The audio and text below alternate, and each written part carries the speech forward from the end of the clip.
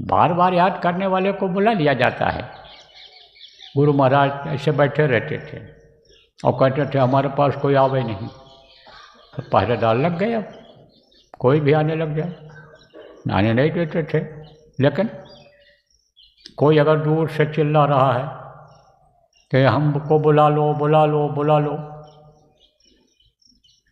तब कह देते थे आ जाने दो, और चला गया। जब आंखों में आंखें डाला, दया की बरसात हो गई, संतुष्टि के लिए अपनी बात को कह लिया तो संतुष्टि हो गई।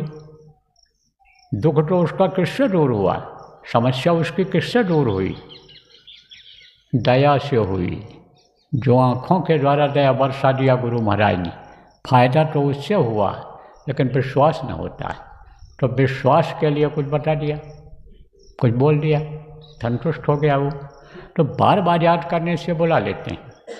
और जब वहाँ जो पहुँच जाता है, जिनका शुरू में सुमिरन किया जाता है, यानी समझो कि तीसरे नंबर पर किया जाता है, माला के तीसरे नंबर पर किया जाता है, तब आप ये समझो वो हो बुला लेते हैं। रोक नहीं, उनके आदमी नहीं लगाते हैं, सारा हो जाता है। ये जो देवी देवता और ये जो रास्ते में लगे हुए हैं, सब ये रास्ता दे देते हैं।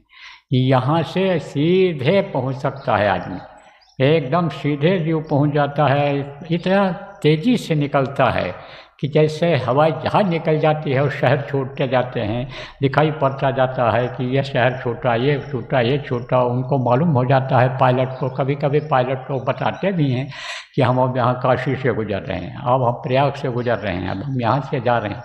तो इसी तरह से वो सब छूटते जाते हैं, ये दिखाई पड़ता है। रेलवे स्टेशन दिखाई पड़ता है, रेलगाड़ी में बैठ जाओ, तेज़ गाड़ी में बैठो, गाड़ी निकल जाती है, शहर छूट जाता है, दिखाई पड़ता है। लेकिन अगर पैदल जाना हो बहुत समय लग जाए। ऐसे सीधे जीव पहुंच जाता है वहाँ।